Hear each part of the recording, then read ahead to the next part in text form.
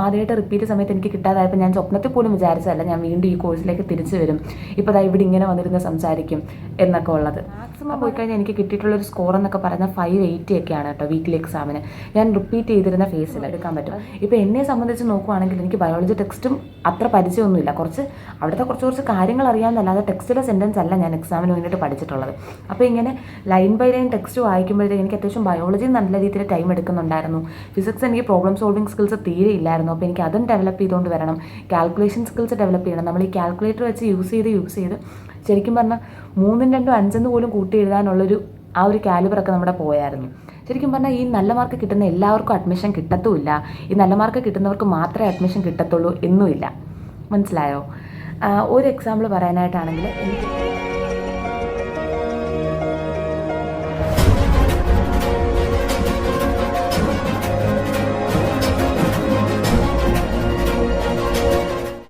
Hello guys, അപ്പോൾ എല്ലാവരും എന്ത് പറയുന്നു? അപ്പോൾ നമ്മൾ ശരിക്കും പറഞ്ഞാൽ ഇന്നത്തെ വീഡിയോ എന്ന് വെച്ച് കഴിഞ്ഞാൽ വളരെ ജെന്യുവിനായിട്ട് കുറച്ച് കാര്യങ്ങൾ പറയാൻ വേണ്ടിയിട്ടാണ് കേട്ടോ.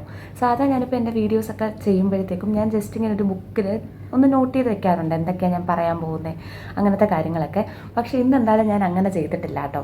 കാരണം എന്ന് വെച്ച് കഴിഞ്ഞാൽ എനിക്ക് ശരിക്കും ഭയങ്കരമായിട്ട് ഉള്ളിൽ നിന്ന് വന്ന് സംസാരിക്കണം എന്നൊരാഗ്രഹമുണ്ട് കേട്ടോ.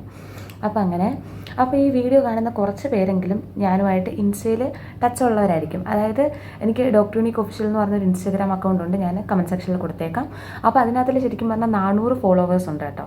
അതിൽ ഏകദേശം ഒരു 50-60 പേര് എൻ്റെ കോളേജിലെ എൻ്റെ ഫ്രണ്ട്സും എൻ്റെ അനിയത്തി അങ്ങനത്തെ കുറച്ച് ആളുകളാണ്. അതൊഴികെ ബാക്കി ഈ 350 പേര് നീറ്റ് ആസ്പിറൻസ് തന്നെയാണ്. അതിൽ കുറച്ച് പേര് എനിക്ക് റെഗുലറായിട്ട് ഇങ്ങനെ എല്ലാ വീക്കിലി എക്സാമിൻ്റെ മാർക്കും കാര്യങ്ങളൊക്കെ അയച്ചു തരാറുണ്ട്. ചേച്ചി ഇമ്പ്രൂവ് ആവുന്നുണ്ടോ എന്ന് ചോദിക്കാറുണ്ട്. ചിലവർ ഇമ്പ്രൂവ് ആവുന്നില്ല എന്നുള്ള വിഷമം പറയാറുണ്ട്. പക്ഷേ ശരിക്കും പറഞ്ഞപ്പോൾ ഞാൻ എൻ്റെ യൂട്യൂബ് ചാനൽ വഴിയാണെങ്കിലും അവർക്കിപ്പോൾ ഇടുന്ന വോയിസ് വഴിയാണെങ്കിലും എല്ലാം ഞാൻ മാക്സിമം ഇങ്ങനെ നിങ്ങളെ മോട്ടിവേറ്റഡ് ആക്കി നിർത്താനേ നോക്കത്തുള്ളൂ. ശരിക്കും പറഞ്ഞാൽ എനിക്ക് നന്നായിട്ട് മനസ്സിലാവും, നിങ്ങളുടെ ആ ഒരു ഫേസ് മനസ്സിലാവും, നിങ്ങളുടെ ആ ഒരു വെപ്രാളം മനസ്സിലാവും. അതായത് ഇപ്പോൾ 450 മാർക്കേ കിട്ടുന്നുള്ളൂ. ഇപ്പം ഞാൻ എപ്പോഴും 450 മാർക്കേ കിട്ടുന്നുള്ളൂ. ഇതിപ്പം നീറ്റിൻ്റെ സമയമാകുമ്പോഴത്തേക്ക് ഒരു 5 മാസത്തിനപ്പുറത്തേക്ക് ഞാൻ എങ്ങനെയാണ് ചേച്ചി ഒരു 600 അല്ലെങ്കിൽ ഒരു 650 എബോ ആക്കുന്നതിനൊക്കെ ചോദിച്ച് മെസ്സേജ് ചെയ്യുന്നവരുണ്ട്. ശരിക്കും പറഞ്ഞാൽ ഞാൻ എപ്പോഴും നിങ്ങൾ ടെൻഷൻ ആവേണ്ട, നിങ്ങളിപ്പോൾ ജോത്സ്യന്മാരെ പോലെ ചിന്തിക്കേണ്ട, ഭൂതവും ഭാവിയൊന്നും പ്രഡിക്റ്റ് ചെയ്യേണ്ട എന്നൊക്കെ പറഞ്ഞാലും എനിക്ക് ശരിക്കും പറഞ്ഞാൽ നിങ്ങളുടെ ആ ഒരു വെപ്രാളം മനസ്സിലാവുന്നുണ്ട്. കാരണം ഇതിൽ ഒക്കെ ഒരാളായിരുന്നു ഞാനും. എനിക്കെന്ന് വെച്ചാൽ ഭയങ്കര ഈ ഒരു നീറ്റിൻ്റെ സമയത്തെന്ന് വെച്ചാൽ എനിക്കൊരു മാക്സിമം പോയി കഴിഞ്ഞാൽ എനിക്ക് കിട്ടിയിട്ടുള്ളൊരു സ്കോർ എന്നൊക്കെ പറഞ്ഞാൽ 580 ഒക്കെയാണ് കേട്ടോ വീക്കിലി എക്സാമിന്.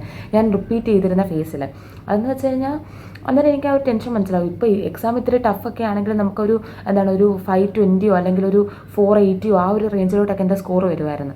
അപ്പോൾ എന്ന് വെച്ച് കഴിഞ്ഞാൽ നല്ല ടെൻഷനാണ്. നമ്മൾ നീറ്റിൻ്റെ സമയമാകുമ്പോഴത്തേക്ക് എൻ്റെ ഒരു സമയത്തെന്ന് വെച്ച് കഴിഞ്ഞാൽ ഒരു 610 ഒക്കെ ഉണ്ടെങ്കിൽ അഡ്മിഷൻ കിട്ടുമായിരുന്നു. ഞാൻ ആ ഒരു ആദ്യം റിപ്പീറ്റ് ചെയ്ത സമയത്ത് റിപ്പീറ്റ് ചെയ്ത് എഴുതിയത് 2020 കേട്ടോ.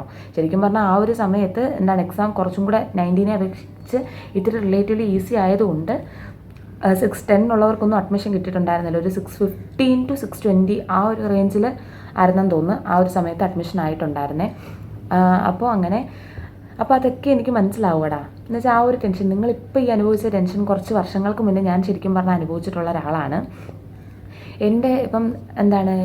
എൻ്റെ റൂംമേറ്റ്, ഞാനിപ്പോൾ റെസിഡൻസ് കുറുമുണ്ട എന്ന് പറഞ്ഞൊരു ഹോസ്റ്റലിലായിരുന്നു ഉണ്ടായിരുന്നത്. എനിക്ക് 12th അത്യാവശ്യം നല്ല മാർക്ക് ഉണ്ടായിരുന്നില്ല. എനിക്ക് ആകെ 8 മാർക്ക് പോയിട്ടുള്ളത് ഫിസിക്സിനായിരുന്നു. Bio ഫുള്ളായിരുന്നു, chemistry ഫുള്ളായിരുന്നു. ആകെ എനിക്ക് ഫിസിക്സിനായിരുന്നു ഈ 8 മാർക്ക് കുറഞ്ഞിട്ടുണ്ടായിരുന്നത്. ഇപ്പം ഞാൻ ഈ 12th പഠിക്കുമ്പോഴത്തേക്കെന്ന് വെച്ച് കഴിഞ്ഞാൽ എൻ്റെ ഫിസിക്സിൻ്റെ എക്സാമിന് പോകുന്നതെന്ന് വെച്ചാൽ പ്രാർത്ഥിച്ചിട്ടായിരിക്കും. ദൈവമേ തിയറി ഓറിയൻറ്റഡ് ആയിട്ടുള്ള ക്വസ്റ്റ്യൻസേ ചോദിക്കാവുള്ളേ, വല്ല ഡെറിവേഷനും കാര്യങ്ങളും ഒക്കെ ചോദിക്കാവുള്ളേ, അല്ലാതെ ഈ പ്രോബ്ലംസ് ഒന്നും ചോദിക്കില്ലേ. കാരണം എനിക്ക് അന്ന് മുതൽ ഈ പ്രോബ്ലംസ് പേടിയാണ്. കാരണം എന്ന് വെച്ച് കഴിഞ്ഞാൽ പ്രോബ്ലംസ് ഇൻ കേസ് നമുക്ക് തെറ്റിക്കഴിഞ്ഞാൽ അത്രയും മാർക്ക് പോകുമല്ലേ. മറ്റേ ഡെറിവേഷൻ എന്ന് വെച്ച് കഴിഞ്ഞാൽ നമ്മളിങ്ങനെ ഓർത്തിരിക്കുമല്ലോ, ആ ഒരു കോൺഫിഡൻസ് ആയിരുന്നു എനിക്ക്. അപ്പോഴത്തേക്കും എൻ്റെ ഫസ്റ്റ് ഞാൻ ഈ എഴുതിയ, അതായത് 12th എഴുതിയ ഫിസിക്സിൽ കുറച്ച് പ്രോബ്ലംസ് എന്തോ ചോദിച്ചത്. അന്നേരം ആ ഒരു ഇതിലാണ് എനിക്ക് 8 മാർക്ക് പോകുന്നത്. അപ്പോൾ നിങ്ങളൊന്ന് ആലോചിച്ചോണം, അത്രയും ടെൻഷനുള്ള ഒരാളാണ്. സിമ്പിളായിട്ട് ചോദിച്ച വരെ കുറച്ച് പ്രോബ്ലംസ് വരെ തെറ്റിച്ച ഒരാളായിരുന്നു ഞാൻ. എന്നിട്ട് പിന്നെ നമുക്ക് ഈ പറ്റുന്നത്, ഇപ്പോൾ ഈ സ്റ്റേറ്റ് സിലബസ് ആയിക്കോട്ടെ CBSE ആയിക്കോട്ടെ, അവർക്ക് പറ്റുന്നതെന്ന് വെച്ച് കഴിഞ്ഞാൽ ഈ ട്യൂഷൻ സെൻറ്ററിൽ പോകുന്നവരാണെങ്കിലുണ്ടല്ലോ, ഇപ്പോൾ നമ്മൾക്കിപ്പോൾ ബയോളജിയുടെ കാര്യം, ഇപ്പോൾ ഞാനിപ്പോൾ പറഞ്ഞ ഫിസിക്സിൻ്റെ കാര്യം, ബയോളജി ആകുമ്പോഴത്തേക്ക് അവർ ട്യൂഷൻ സെൻറ്ററിൽ നമുക്ക് നോട്ടൊക്കെ തന്നായിരിക്കും പഠിപ്പിക്കുന്നത്. അതായത് ഇപ്പോൾ നമ്മുടെ ഇതില്ലേ ബയോടെക്നോളജി പാർട്ട് 1 പാർട്ട് 2 ഇതൊക്കെ ട്യൂഷൻ സെൻറ്ററിൽ ഒരു പ്രിൻറ്റഡ് നോട്ട് നമുക്ക് തരും. അപ്പോൾ നമ്മളെന്തോ ചെയ്യുന്നത്, ആ ഒരു നോട്ട് വെച്ചായിരിക്കും പഠിക്കുന്നത്. അല്ലെങ്കിൽ ഇപ്പോൾ നമ്മൾ ടീച്ചേഴ്സ് തരുന്ന നോട്ട്ബുക്കിൽ എഴുതിയെടുക്കും. നമുക്കെന്ന് വെച്ച് കഴിഞ്ഞാൽ ആ ടെക്സ്റ്റുമായിട്ടുള്ളൊരു കോണ്ടാക്റ്റ് വരുന്നില്ല. നമ്മൾ കൂടുതലും ഈ നോട്ട് വെച്ചിട്ടാണ് പഠിക്കുന്നത്. പിന്നെ നമുക്ക് വല്ല ഡയഗ്രാംസോ കാര്യങ്ങളോ ഒക്കെ ഉണ്ടെങ്കിൽ നമ്മൾ ടെക്സ്റ്റ് വെച്ച് നോക്കി ഇങ്ങനെ പഠിക്കും.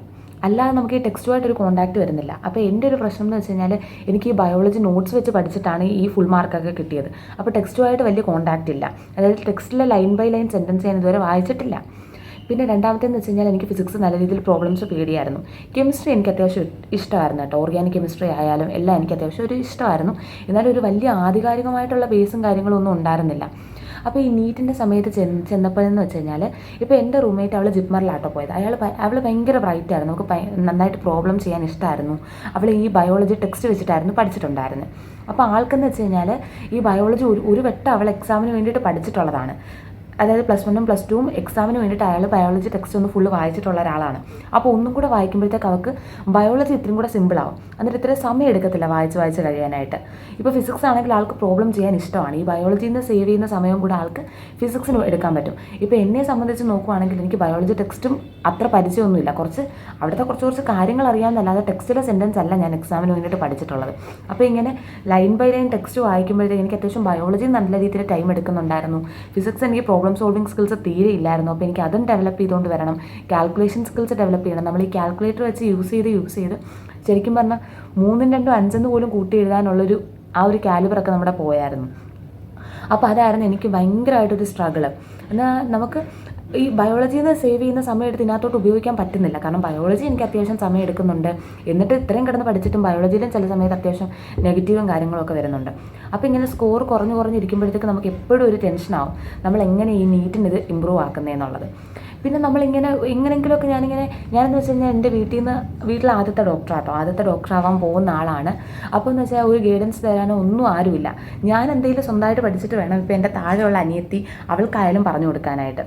അപ്പോൾ അങ്ങനത്തെ ഒരു ഫേസായിരുന്നു. അപ്പോൾ എന്തെങ്കിലും ഡൗട്ടോ കാര്യങ്ങളോ ചോദിക്കാൻ പോലും ആരുമില്ല. അപ്പോൾ എല്ലാം ഞാനിങ്ങനെ സ്വന്തമായിട്ട് കണ്ടെത്തേണ്ട ഒരു അവസ്ഥയായിരുന്നു. അങ്ങനെ ഞാൻ എങ്ങനെയൊക്കെയോ ഇങ്ങനെ സകലമാന ദൈവങ്ങളെയൊക്കെ വിളിച്ച് എന്നാൽ ഈ ഭയങ്കരമായിട്ട് ഇങ്ങനെ മാർക്ക് കുറഞ്ഞു വരുമ്പോഴത്തേക്ക് നമ്മുടെ ഒരു കോൺഫിഡൻസ് ഒക്കെ പോകും. നീറ്റ് എക്സാമിൻ്റെ തലേന്നൊക്കെ എന്ന് വെച്ച് കഴിഞ്ഞാൽ എൻ്റെ വീട്ടിൽ വൻ ബഹളമായിരുന്നു. ഞാൻ ഭയങ്കര എന്ന് വെച്ച് കഴിഞ്ഞാൽ ഒരു വല്ലാത്തൊരു മെൻ്റൽ സ്റ്റേറ്റിലോട്ട് അങ്ങ് പോയി എന്ന് വേണം പറയാനായിട്ട്. എന്നിട്ട് എങ്ങനെയൊക്കെയോ പോയി നീറ്റ് എക്സാം എഴുതി. ഞാൻ വിചാരിച്ചതെന്നല്ല, ആ ഒരു സ്കോറിലൊന്നും വന്നില്ല. പിന്നെ എനിക്ക് ശരിക്കും പറഞ്ഞാൽ ഈ ഡോക്ടർ ആവണം എന്നുള്ളത് എൻ്റെ അമ്മയുടെ മാത്രം അമ്മയ്ക്കായിരുന്നു താല്പര്യം. അല്ലാതെ എനിക്ക് വന്നൊരു താല്പര്യമായിരുന്നില്ല. അന്നേരം അമ്മയുടെ ഒരു ഇഷ്ടത്തിന് പോയി എന്നുള്ളൊരിതും കൊണ്ട് എനിക്ക് ഭയങ്കരമായിട്ടങ്ങ് വിഷമമായിരുന്നു. എനിക്ക് കെമിസ്ട്രി എടുക്കണം, ലെക്ചറർ ആവണം, അങ്ങനെയൊക്കെ ഒരു ആഗ്രഹമായിരുന്നു. അങ്ങനെ ഞാൻ നേരെ ചെന്ന് BSc കെമിസ്ട്രി എന്ന് പറഞ്ഞൊരു കോഴ്സ് എടുത്ത്. ആ കോഴ്സ് എടുത്തപ്പോഴത്തേക്കും ശരിക്കും പറഞ്ഞാൽ എൻ്റെ ക്ലാസ്സിൽ തന്നെ 4 റിപ്പീറ്റേഴ്സ് ഉണ്ട്. അതായത് റിപ്പീറ്റ് ചെയ്തിട്ട് കിട്ടാതെ വന്ന 4 പേരുണ്ട്. അതിൽ ഒരാളുമായിട്ട് അത്യാവശ്യം ഞാൻ കമ്പനിയായി. അയാളിപ്പം ESI മെഡിക്കൽ കോളേജ് കോയമ്പത്തൂരാണ് കേട്ടോ. അപ്പോൾ ഞങ്ങൾ 2 പേരും കൂടെ കമ്പൈൻ ചെയ്ത് പഠിക്കാനായിട്ട് തുടങ്ങി. ഓക്കെ, അപ്പോൾ ഞാനിപ്പോൾ പറഞ്ഞു വരുന്നതെന്ന് വെച്ച് കഴിഞ്ഞാൽ ആ ഒരു ഫേസിൽ, അതായത് ഇപ്പോൾ ഞങ്ങൾ ആ ഒരു BSc കെമിസ്ട്രിയുടെ കൂടെ ചെയ്തൊരു ഫേസിൽ എനിക്ക് അത്യാവശ്യം വേറൊരു കോഴ്സ് പഠിക്കാനുണ്ടായിരുന്നെങ്കിലും എനിക്ക് ഈ നീറ്റ്, അതായത് ടെക്സ്റ്റ് ബുക്കൊക്കെ അത്യാവശ്യം നല്ല ഫെമിലിയർ ആയിരുന്നടാ. അപ്പോൾ എനിക്ക് ഇത്രയും കൂടെ സംഭവം റിലേറ്റീവ്ലി ഈസി ആയിരുന്നു. ഇപ്പോൾ ബയോളജി ടെക്സ്റ്റ് എന്ന് വെച്ച് കഴിഞ്ഞാൽ ഞാൻ എങ്ങനെ പോയാലും ഒരു ചാപ്റ്റർ 4, 5 വട്ടം വായിച്ചിട്ടുണ്ട്.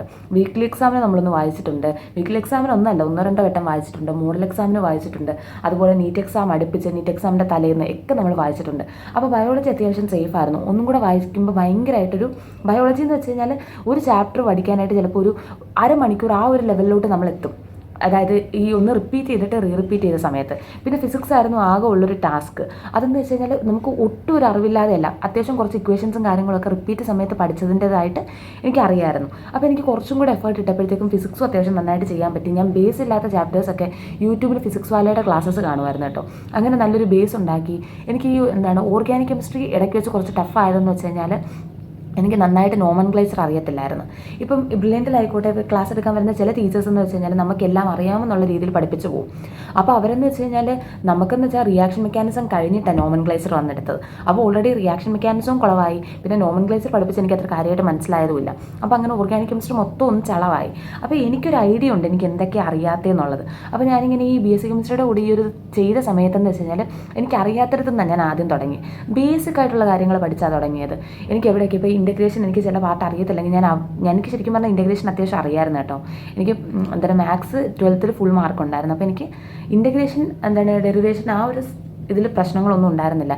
എനിക്ക് ചില ഈ കൺസെപ്റ്റ് അപ്ലൈ ചെയ്യുന്ന ray optics, wave optics, work energy പവറിലെ ചില പോർഷൻസ്, ലോസ് ഓഫ് മോഷനിലെ ചില പോർഷൻസ്, പിന്നെ ഇലക്ട്രോസ്റ്റാറ്റിക്സ്, അങ്ങനെ കുറച്ച് നല്ല ടഫായിട്ടുള്ള ഏരിയ ഉണ്ട് കറണ്ട് ഇലക്ട്രിസിറ്റിയിലുള്ള ആ ഒരു പോർഷന്. അപ്പോൾ അവിടെ നിന്നൊക്കെ എനിക്ക് ഏറ്റവും ടഫായിട്ടുള്ള സ്ഥലത്ത് നിന്നായിരുന്നു ഞാൻ വീണ്ടും തുടങ്ങിയത്. അപ്പോൾ എനിക്ക് ബയോളജിയിൽ നിന്ന് സമയം നന്നായിട്ട് ലാഭിച്ചിട്ട് എനിക്ക് ഇതിനകത്ത് ഇപ്പം എനിക്കറിയാത്ത കെമിസ്ട്രിയിലും ഫിസിക്സിലും അപ്ലൈ ചെയ്ത് പഠിക്കാനായിട്ട് പറ്റി. അങ്ങനെ എനിക്ക് നല്ല രീതിയിൽ സ്കോർ ഇമ്പ്രൂവ് ചെയ്യാനായിട്ട് പറ്റി. ഇത് ശരിക്കും പറഞ്ഞാൽ എൻ്റെ ഇന്നത്തെ വീഡിയോ എന്ന് വെച്ച് കഴിഞ്ഞാൽ ഒരു റിയാലിറ്റി ചെക്ക് പോലെയാണ്. ഇപ്പം എന്ന് വെച്ചാൽ ഞാൻ പറഞ്ഞതെന്ന് വെച്ച് കഴിഞ്ഞാൽ ഇൻ കേസ് ഇപ്പം നിങ്ങൾക്ക് റിപ്പീറ്റ് സമയത്ത് നല്ലൊരു സ്കോർ കിട്ടിയില്ലെങ്കിലും നിങ്ങൾ ഒന്നും കൂടെ ഒന്ന് റിപ്പീറ്റ് ചെയ്ത് കഴിഞ്ഞാൽ നിങ്ങൾക്ക് ഉറപ്പായിട്ടും കിട്ടാവുന്നതേ ഉള്ളൂ. കാരണം നമുക്ക് കുറേയേറെ കാര്യങ്ങൾ അറിയായിരിക്കും. നമുക്ക് ആ ഒരു കോൺഫിഡൻസ് ഉണ്ടായിരുന്നാൽ മതി. നമുക്കിപ്പം അറിയാത്ത കാര്യങ്ങൾ പഠിച്ചെടുക്കാനായിട്ടും നമുക്കൊരു നമ്മുടെ മൈൻഡിനെ നമ്മുടെ ഒരു കൺട്രോളിലോട്ട് കൊണ്ടുവരാൻ പറ്റിയാൽ മതി. ആ ഒരു കോൺഫിഡൻസോടെ തുടങ്ങിക്കഴിഞ്ഞാൽ നിങ്ങൾക്ക് പറ്റും കേട്ടോ. ഇത് ശരിക്കും പറഞ്ഞാൽ ഞാൻ എൻ്റെ എല്ലാ വീഡിയോയിലും നിങ്ങൾക്ക് കിട്ടും എന്ന് പറയുന്നത് ഇപ്പം നിങ്ങൾ വിചാരിക്കുന്നുണ്ടല്ലോ ഇപ്പം ബ്രില്യൻറ്റിൽ ഇപ്പം നല്ല മാർക്ക് സ്കോർ ചെയ്യുന്നവർക്ക് മാത്രമേ അഡ്മിഷൻ കിട്ടത്തുള്ളൂ എന്നൊരു ഇത് നിങ്ങൾക്കുണ്ടായിരിക്കും. ശരിക്കും പറഞ്ഞാൽ ഈ നല്ല മാർക്ക് കിട്ടുന്ന എല്ലാവർക്കും അഡ്മിഷൻ കിട്ടത്തുമില്ല. ഈ നല്ല മാർക്ക് കിട്ടുന്നവർക്ക് മാത്രമേ അഡ്മിഷൻ കിട്ടത്തുള്ളൂ എന്നുമില്ല. മനസ്സിലായോ? ഒരു എക്സാമ്പിൾ പറയാനായിട്ടാണെങ്കിൽ ഞാൻ റിപ്പീറ്റ് സമയത്ത് എൻ്റെ ക്ലാസ്സിൽ അത്യാവശ്യം നല്ല രീതിയിൽ മാർക്ക് സ്കോർ ചെയ്യുന്നതും ക്യാഷ് പ്രൈസ് മേടിക്കുന്നതുമായിട്ടുള്ളൊരു കുട്ടി ഉണ്ടായിരുന്നു. അവന് ആ ഒരു സമയത്ത് അഡ്മിഷൻ കിട്ടിയിട്ടില്ല. അവൻ റിപ്പീറ്റ് ബ്രില്യൻറ്റിൽ തന്നെയാണ് ചെയ്തത്. ഓക്കെ. എന്നിട്ട് ഞാൻ BDSന്, അതായത് ഞാനെന്ന് വെച്ച് കഴിഞ്ഞാൽ BSc കെമിസ്ട്രിയുടെ കൂടെയാണ് റിപ്പീറ്റ് ചെയ്തത്. എന്നിട്ട് ഞാൻ കോട്ടയത്ത് എനിക്ക് ഫസ്റ്റ് അലോട്ട്മെൻറ്റിൽ കിട്ടിയത് കോട്ടയത്ത് ഗവൺമെൻറ് ഡെൻ്റൽ കോളേജിൽ BDS ആയിരുന്നു കേട്ടോ. ഞാൻ മൂപ്പപ്പിലാണ് ആദ്യമായിട്ട് സെൽഫ് ഫിനാൻസിങ് MBBS കൊടുക്കുന്നത്. അപ്പോൾ ആ ഒരു സമയത്ത് ഞാൻ അവനെ അവിടെ കണ്ടിട്ടുണ്ടായിരുന്നു. മനസ്സിലായോ? അതായത് റിപ്പീറ്റ് സമയത്ത് തന്നെ എന്നെക്കാട്ടിലും നല്ല കാലിബർ ഉള്ളൊരു കൊച്ച് റിപ്പീറ്റ് ചെയ്തത് ബ്രില്യൻറ്റിലാണ്. ഞാനെന്ന് വെച്ച് കഴിഞ്ഞാൽ റിപ്പീറ്റ് ചെയ്ത് സെൽഫ് സ്റ്റഡിയാണ്. എന്നിട്ടും അവനും എനിക്കും ഏകദേശം സെയിം സ്കോർ ആയതുകൊണ്ടാണല്ലോ നമ്മൾ ഒരിടത്ത് വന്നേ. അപ്പം നിങ്ങൾക്ക് മനസ്സിലായോ? അത് നമ്മൾ ഇടുന്ന എഫേർട്ടാണ്. നമുക്ക് എത്ര ടാലൻറ്റ് കുറവുണ്ടെങ്കിലും നമ്മൾ ഇടുന്ന എഫേർട്ടാണ്, നമ്മളിൽ തന്നെ അർപ്പിക്കുന്നൊരു വിശ്വാസമാണ് ശരിക്കും പറഞ്ഞാൽ ഇതിൻ്റെയൊക്കെ ഒരു അടിസ്ഥാനം എന്ന് പറയുന്നത്. അപ്പോൾ ഇങ്ങനെ നന്നായിട്ട് പഠിക്കുന്നവർക്ക് കിട്ടണം എന്നില്ല. ആ ഒരു സമയത്ത് ഇപ്പം നമ്മൾ ആ ഒരു നീറ്റിൻ്റെ ക്വസ്റ്റ്യൻ പേപ്പർ കിട്ടുന്ന ആ ഒരു സമയത്ത് നമ്മുടെ പ്രസൻസ് ഓഫ് മൈൻഡും നമ്മുടെ ആ ഒരു കോൺഫിഡൻസും നമ്മുടെ ആ ഒരു ഭാഗ്യവും നമുക്കുള്ള ആ ഒരു ഡോക്ടർ ആവണം എന്നുള്ള ഒരു യോഗവും അതൊക്കെ ഉണ്ട് ശരിക്കും പറഞ്ഞാൽ ഇതിനകത്തിൽ. അപ്പോൾ അങ്ങനെ പിന്നെ രണ്ടാമത്തെ സമയത്ത് റിപ്പീറ്റ് ചെയ്തപ്പോഴതെന്ന് വെച്ച് കഴിഞ്ഞാൽ ഞാൻ എൻ്റെ അമ്മയുടെ ഇഷ്ടത്തിന് പോയി എന്നുള്ളതിനപ്പുറത്തോട്ട് എനിക്ക് ഭയങ്കര ഇഷ്ടമായി. എനിക്ക് എങ്ങനെയെങ്കിലും ആവണം, എനിക്ക് ഈ ഒരു പ്രൊഫഷനോട് ഭയങ്കരമായിട്ട് ഇഷ്ടമായി. അങ്ങനെ ഞാൻ അതും കൂടെ അറിഞ്ഞ് പഠിച്ചുകൊണ്ടാണ് എനിക്ക് ഇത്രയും കൂടെ സിമ്പിളായത്. പിന്നെ വേറൊരു എക്സാമ്പിൾ പറയാനായിട്ടാണെങ്കിൽ എൻ്റെ ഓപ്പോസിറ്റ് റൂമിൽ എൻ്റെ ഹോസ്റ്റലിൽ ഓപ്പോസിറ്റ് റൂമിൽ ഒരു കൊച്ചുണ്ടായിരുന്നു. അതെന്ന് വെച്ച് കഴിഞ്ഞാൽ അതും ചവറ എന്നുള്ളൊരു കൊച്ചായിരുന്നു. അപ്പോൾ ഞാനും കൊല്ലമാണല്ലോ, ഞാൻ കരുനാഗപ്പള്ളി. അന്നേരം ഇവളെ എൻ്റെ അടുക്ക് വന്നിട്ട് എപ്പോഴും കരഞ്ഞ് സംസാരിക്കാറുണ്ട്. എന്ന് വെച്ചാൽ നമ്മൾ ഈ സ്റ്റേറ്റ് സിലബസിലൊക്കെ പഠിച്ച് വന്നവർക്ക് ശരിക്കും പറഞ്ഞാൽ ഭയങ്കര ഒരു ടാസ്കാടായത്. അത് അറിയുന്നവർക്ക് അറിയാൻ പറ്റുമോടാ. എന്ന് വെച്ചാൽ നമുക്കിപ്പം ക്ലാസ് ആണെങ്കിലും നമുക്കൊരു ബേസോടെ ഒന്നും ആയിരിക്കത്തില്ല. നമ്മളിപ്പം 12th നല്ലൊരു മാർക്ക് സ്കോർ ചെയ്യാൻ വേണ്ടിയിട്ട് എന്തെല്ലാമോ ഒക്കെ പഠിച്ച് എക്സാം എഴുതിയവരായിരിക്കും ഭൂരിഭാഗം ആളുകൾ. അപ്പം ഇവളിങ്ങനെ എൻ്റെ അടുക്ക് വന്ന് കാര്യങ്ങളൊക്കെ സംസാരിക്കാറുണ്ട്. അപ്പം ഞാൻ ഇടയ്ക്ക് ഇവളുടെ റൂമിലോട്ട് ചെല്ലാറുണ്ട്. ഞാൻ എപ്പോഴും ഇവളുടെ റൂമിലോട്ട് ചെല്ലുമ്പോഴത്തേക്കെന്ന് വെച്ച് കഴിഞ്ഞാൽ ഇവളിങ്ങനെ നിലത്തിരിക്കായിരിക്കും. അവളുടെ എന്ന് വെച്ചാൽ സിംഗിൾ റൂമാണ്. എൻ്റെ റൂമിൽ റൂംമേറ്റ് ഉണ്ട്, അതായത് 2 പേരും ഒരു റൂമിലാണ്. ഇവളുടെ സിംഗിൾ റൂമാണ്. അപ്പം ഞാനിങ്ങനെ ചെന്ന് നോക്കുമ്പോഴത്തേക്കെന്ന് വെച്ച് കഴിഞ്ഞാൽ ഇവളുടെ കട്ടിലിൽ നിന്നൊക്കെ ഇറങ്ങി നിലത്തിരിക്കായിരിക്കും. ഇവളുടെ ചുറ്റും കുറേ നാമപുസ്തകങ്ങളായിരിക്കും. മറ്റേ നമ്മുടെ നാമപുസ്തകങ്ങളില്ലേ, നമ്മൾ ഇപ്പം ജപിക്കുന്ന അങ്ങനത്തെ പുസ്തകങ്ങളായിരിക്കും. അപ്പോൾ ഞാൻ എപ്പോഴും ആലോചിക്കും ഇവൾ ഈ പഠിക്കുന്ന സമയത്തും ഇങ്ങനെ ഇരുന്ന് പ്രാർത്ഥിച്ചിരിക്കുമായിരിക്കും എപ്പോഴും. ശരിക്കും പറഞ്ഞാൽ അവൾക്ക് ESIC കോട്ട വഴിയിട്ടുണ്ട്. ESIC കോട്ട വഴി ഈ റിപ്പീറ്റ് ചെയ്ത സമയത്ത് തന്നെ മാണ്ടി മെഡിക്കൽ കോളേജിൽ കിട്ടിയിട്ടുണ്ടായിരുന്നു. അപ്പോൾ ശരിക്കും പറഞ്ഞാൽ നിങ്ങൾ അതൊന്ന് നോക്കിക്കഴിഞ്ഞേ, അതെന്ന് വെച്ചാൽ ആ ഒരു സമയത്ത് അവൾക്കൊരു എന്തായാലും ആ ഒരു ESIC കോട്ട വഴി കിട്ടണം എന്നുണ്ടെങ്കിൽ ഒരു 540 സ്കോറെങ്കിലും വേണം. അവൾ ആ ഒരു പഠിക്കുന്ന സമയത്ത് ഒരു 300-400 പോലും അവൾ കടക്കുന്നുണ്ടായിരുന്നില്ല. അന്നേരം നമ്മുടെ ആ ഒരു പ്രാർത്ഥിക്കുന്നതിൻ്റെയും നമ്മുടെ ആ ഒരു യോഗമാടാ. എന്ന് വെച്ചാൽ നമ്മൾ എത്രത്തോളം അത് ആഗ്രഹിക്കുന്നുണ്ടെന്നുള്ള ഒരു ഇതാണ്. നമുക്ക് നമ്മുടെ കഴിവിൻ്റെ മാക്സിമം എടുത്ത് നമ്മൾ പ്രാർത്ഥിച്ച് നമ്മൾ ഭയങ്കരമായിട്ട് എഫേർട്ട് ഇട്ട് കഴിഞ്ഞാൽ നമുക്ക് കിട്ടാവുന്നതേ ഉള്ളൂ.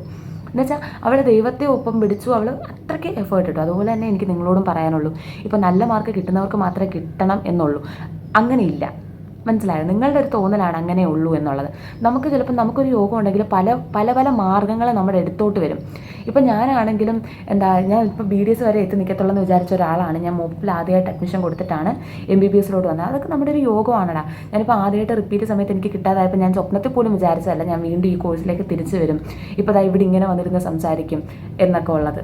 അപ്പോൾ അതൊക്കെ നമ്മുടെ ഒരു ഭാഗ്യമാണ്. നിങ്ങൾ പരമാവധി മൈൻഡിനെ കൂളാക്കി വെച്ചിട്ട് മാക്സിമം ഇപ്പോൾ തന്നെ പഠിച്ച് പഠിച്ച് നമുക്ക് കിട്ടുമെന്നുള്ളൊരു കോൺഫിഡൻസിൽ പോവുക. ഇൻ കേസ് കിട്ടിയില്ലെങ്കിലും നമുക്കൊന്നും കൂടെ റിപ്പീറ്റ് ചെയ്താൽ കിട്ടും. നിങ്ങളുടെ മൈൻഡിനെ ആ ഒരു രീതിയിലേക്കെങ്കിലും കൊണ്ടുവരിക. ഇപ്പോൾ മാക്സിമം നിങ്ങളൊരു ബാക്ക്ലോഗ്സ് ഒക്കെ ക്ലിയർ ചെയ്ത് അത്യാവശ്യം നല്ല ചാപ്റ്റേഴ്സ് തറവാക്കി പോവുക. നമുക്കൊരു ഭാഗ്യം ഉണ്ടെങ്കിൽ ചിലപ്പോൾ കിട്ടിയാലോടാ. നമുക്ക് എന്ന് വെച്ചാൽ ഭാഗ്യം എന്ന് പറയുന്നത് പല രീതിയിൽ വരാം. ഇപ്പോൾ ഇത് കാണുന്നവരിൽ വല്ല ഷെഡ്യൂൾഡ് കാസ്റ്റ് റിസർവേഷനോ അങ്ങനെ ഉള്ള റിസർവേഷനൊക്കെ ഉള്ളവർക്കാണെങ്കിൽ അത്രയും സ്കോറും കൂടെ വേണ്ടടാ. അപ്പം ഇപ്പം നിങ്ങൾക്ക് ചിലപ്പോൾ 300 സ്കോറേ കിട്ടത്തുള്ളൂ, ചിലപ്പോൾ അതിനൊരു 550 മാർക്ക് വേണമായിരിക്കും.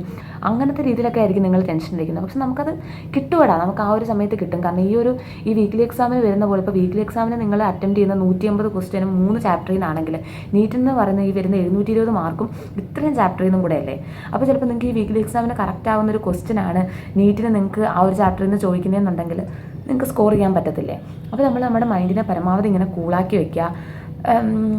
നമ്മുടെ ചുറ്റുമുള്ളവരെയൊക്കെ ഒന്ന്, ഇപ്പം നിങ്ങൾ മാത്രമല്ലടാ ഈ ഒരു സിറ്റുവേഷനിൽ ഒത്തിരി പേരുണ്ട്. ഇപ്പം ഞാൻ വന്ന് ഇങ്ങനെ ഒരു വീഡിയോ ചെയ്യണം എന്നുണ്ടെങ്കിൽ തന്നെ നിങ്ങൾക്ക് ആലോചിക്കാമല്ലോ എനിക്ക് എന്തുമാത്രം മെസ്സേജും കാര്യങ്ങളും വരുന്നതുകൊണ്ടായിരിക്കും ഞാൻ ഇങ്ങനെ ഒരു വീഡിയോ ചെയ്യുന്നതെന്നൊക്കെ ഉള്ളത്. അപ്പോൾ നിങ്ങൾ നിങ്ങളുടെ മൈൻഡിനെ കൂളാക്കി വയ്ക്കുക. നമുക്ക് കിട്ടുമെന്നുള്ളൊരു കോൺഫിഡൻസിൽ പോവുക. ഇത്രയും സ്കോർ ചെയ്ത് നിർത്തിയാൽ മാത്രമേ നമുക്ക് ആ ഒരു സമയത്ത് നല്ലൊരു സ്കോർ കിട്ടൂ, അങ്ങനെ ഒന്നുമില്ല. എല്ലാം നമ്മുടെ ഒരു ഭാഗ്യവും നമ്മുടെ ആ ഒരു കഴിവും നമ്മളിടുന്ന എഫേർട്ടിനെയും ഡിപ്പെൻഡ് ചെയ്യും. അപ്പോൾ നന്നായിട്ട് എഫേർട്ട് ഇട്ട് നല്ല രീതിയിൽ കോൺസെൻട്രേറ്റഡ് ആയിട്ട് നല്ല കോൺഫിഡൻ്റ് ആയിട്ട് പഠിക്കുക കേട്ടോ. ഇപ്പോൾ തൽക്കാലം നിങ്ങൾ അങ്ങനെ വലിയ രീതിയിൽ ടെൻഷനൊന്നും അടിക്കണ്ട. നമുക്ക് നമുക്ക് കിട്ടാവുന്നതേ ഉള്ളൂ. ഇതൊക്കെ നമ്മളെ കൊണ്ട് പറ്റും. ഇപ്പം നിങ്ങളെന്ന് വെച്ച് കഴിഞ്ഞാൽ ഇപ്പോൾ റെസിഡൻഷ്യൽ ബാച്ചിലൊന്നും പഠിച്ചവരായിരിക്കത്തില്ല ഭൂരിഭാഗം പേരും. അപ്പോൾ നമുക്ക് അതിൻ്റേതായിട്ടുള്ളൊരു ഇത് വരുവാടാ. നമ്മൾ പഠിക്കുന്നതും ഒന്നുകിൽ ചിലപ്പോൾ നിങ്ങൾ പഠിക്കുന്നത് നമ്മളെക്കാട്ടിലും നല്ല കാലിബർ ഉള്ളവരോടാണെങ്കിലും അതൊരിത്, പിന്നെ റെസിഡൻഷ്യൽ ബാച്ചിൽ പഠിച്ചവരോടാണെങ്കിലും അതൊരിത്. നമ്മൾക്ക് കുറച്ചൊക്കെ ഒരു പോരായ്മകളുണ്ടല്ലോടാ, അതൊക്കെ നമ്മൾ കറക്റ്റ് ചെയ്യാനായിട്ട് ശ്രമിക്കുക. ഇപ്പം നിങ്ങളെന്തായാലും നിങ്ങളുടെ സെൽഫിനെ അവരോട്ട് കമ്പയർ ചെയ്യേണ്ട കാര്യമില്ല. കാരണം അവരൊരു ബെറ്റർ ആയിട്ടുള്ളൊരു രീതിയിൽ നിന്ന് വന്നവരായിരിക്കും. അപ്പോൾ നമ്മൾ നമ്മുടെ മാക്സിമം കൊടുക്കാനായിട്ട് ശ്രമിക്കുക. നമുക്കും കിട്ടുമെന്ന് വിശ്വസിക്കുക. അപ്പോൾ അത്രയൊക്കെ ഉള്ളൂ. ടാറ്റാ.